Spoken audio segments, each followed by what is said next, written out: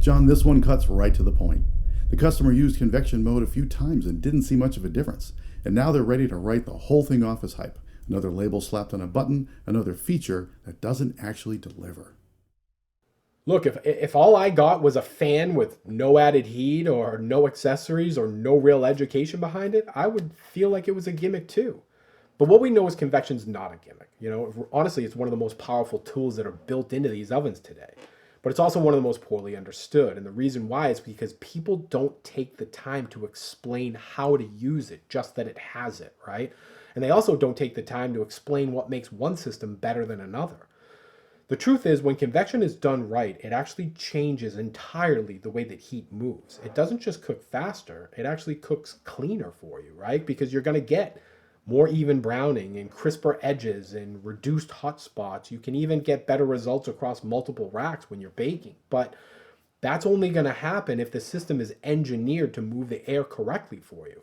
If your oven doesn't have that third heating element behind the fan, you're not using a true convection or a European convection at that point. You're really just blowing around uneven heat.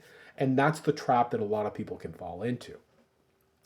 But honestly, even when the hardware and the oven is solid, most users still don't get the benefits of convection because they treat convection like their old normal bake that they used in the oven before that, right? Because nobody took the time to educate them. They're still using the same tray, the same rack, the same recipe, really the same cooking mindset. And none of those things are going to work. Convection needs space around your food. It needs, honestly, perforated pans whenever possible. It needs things like temperature adjustments because we know you need to cook lower for baked goods and you need to go higher for things like roasting. You have to actually use the airflow, not just turn it on and hope for the best. And the kicker is, some ovens have convection buttons, right, on them that barely activate anything at all. The fan can run super weak and the cycling can be minimal at best. The temperature drop is automatic, but it's really not always accurate.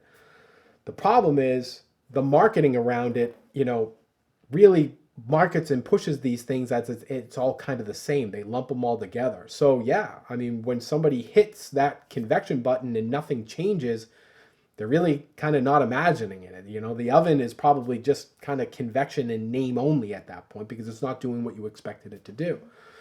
But I can promise you this, when it's real, when it's well built and when it's used properly, it's an absolute weapon in the kitchen. And calling it a gimmick when I hear that just tells me that you were just never really given the playbook on how to use it properly.